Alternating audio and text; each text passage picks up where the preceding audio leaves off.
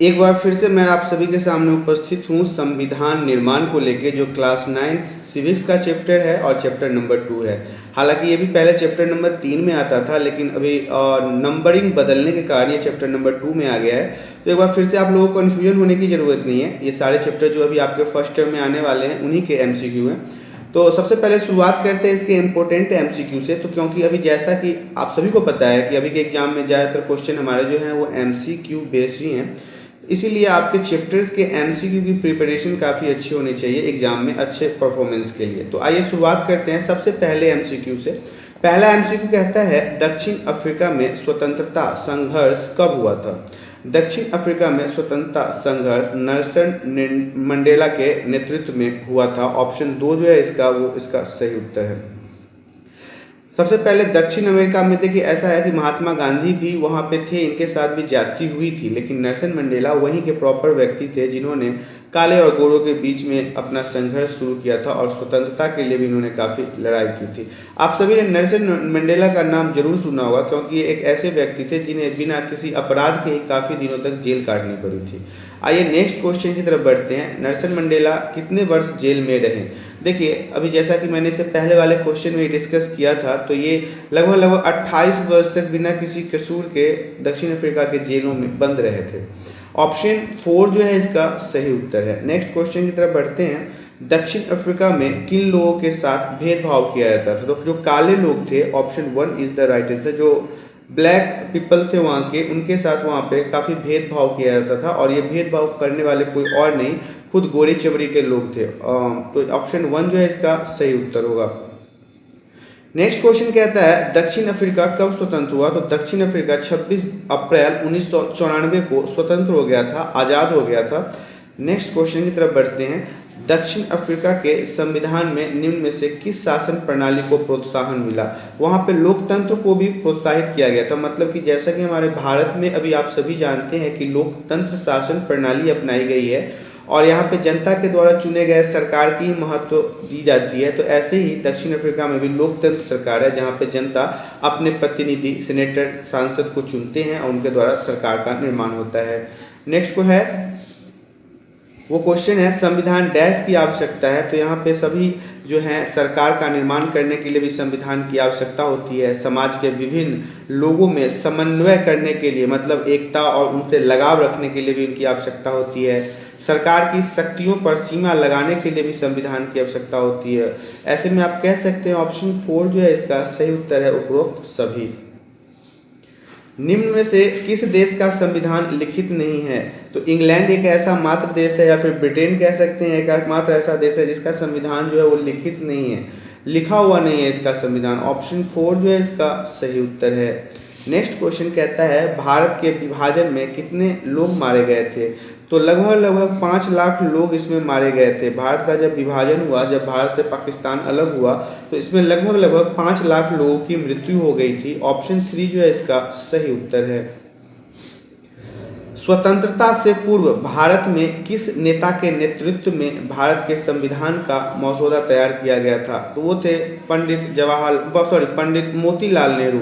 जवाहरलाल नेहरू के पिता जो थे। Option 1 is the right answer. Motilal Nehru के नेतृत्व में ही भारत के संविधान का मसौदा तैयार किया गया था। नेक्स्ट क्वेश्चन है, भारत में संविधान सभा के सदस्यों का चुनाव हुआ था कब? जुलाई 1946 में भारत में संविधान सभा का चुनाव हुआ था। 1946 इज द राइट आंसर। ऐसे में कह सकते हैं ऑप्शन 2 जो है इसका सही उत्तर है। भारतीय संविधान सभा का निर्माण कब किया गया? तो भारतीय संविधान सभा का निर्माण संविधान सभा द्वारा किया गया था। ऑप्शन 3 जो है इसका सही उत्तर है। संविधान सभा के अस्थायी अध्यक्ष का कौन थे? तो वो थे doctor Sachchidanand Sinha. Option B is the right answer. Doctor Sachchidanand Sinha जो थे वो संविधान सभा के अस्थायी अध्यक्ष थे। नेक्स्ट है, संविधान सभा का अस्थायी अध्यक्ष कौन था? तो संविधान सभा के अस्थायी अध्यक्ष डॉक्टर राजेंद्र प्रसाद थे। Option 1 is the right answer. Doctor Ambedkar किस सभा के अध्यक्ष थे? तो डॉक्टर अंबेडकर की अगर बात की जाए तो वो मसौदा कमेटी के अध्यक्ष थे। ऑप्शन 4 जो है इसका सही उत्तर है। मसौदा कमेटी के अध्यक्ष थे डॉक्टर भीमराव अंबेडकर। नेक्स्ट है संविधान सभा का प्रथम अधिवेशन कब हुआ था? तो संविधान सभा का प्रथम अधिवेशन 9 दिसंबर 1946 में हुआ था। Option 2 is the right answer. Bharat की संविधान सभा ने संविधान को कब अपनाया था? यदि अब बात कर ले कि भारत में संविधान तो निर्माण हो गया था, लेकिन इसे अपनाया कब गया था? तो 26 नवंबर 1949। ये याद रखिएगा, वेरी वेरी इंपॉर्टेंट है। 26 नवंबर 1949 को भारत की संविधान सभा ने संविधान को अपनाया था। नेक्स्ट है भारत का संविधान लागू कब किया गया था? तो भारत का संविधान 26 जनवरी 1950 को लागू किया गया था पूरे देश में। नेक्स्ट क्वेश्चन की तरफ बढ़ते हैं। संविधान सभा प्रभुत्व संपन्न कब बनी? वो बनी 15 अगस्त 1947 को। 15 अगस्त 1947 को, जिस दिन हम अपने आज़ादी का जश्न मनाते हैं, यही वो दिन है जब संविधान सभा प्रभुत्व संपन्न हो गया था। आरंभ में संविधान सभा के सदस्यों की संख्या कितनी थी? तो आरंभ में अगर संविधान सभा के सदस्यों की बात की जाए, आरंभ में संविधान सभा के सदस्यों की संख्या 299 थी। ऑप्शन 2 जो है इसका सही उत्तर है। नेक्स्ट क्वेश्चन की तरफ बढ़ते हैं। स्वतंत्र भारत में संविधान सभा के सदस्य की संख्या कितनी थी? तो स्वतंत्र भारत में संविधान सभा के सदस्यों की संख्या 299 मतलब 299 ही थी। ऑप्शन 1 जो है इसका सही उत्तर है। नेक्स्ट क्वेश्चन की तरफ बढ़ते हैं। संविधान सभा ने राष्ट्रीय ध्वज कब अपनाया था?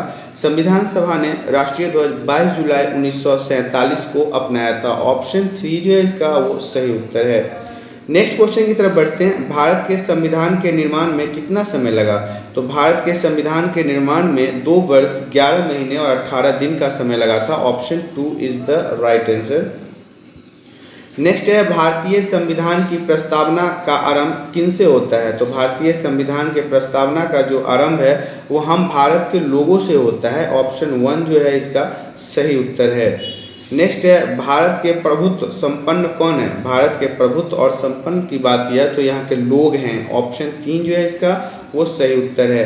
भारत के प्रभुत्व लोग संपन्न होते हैं।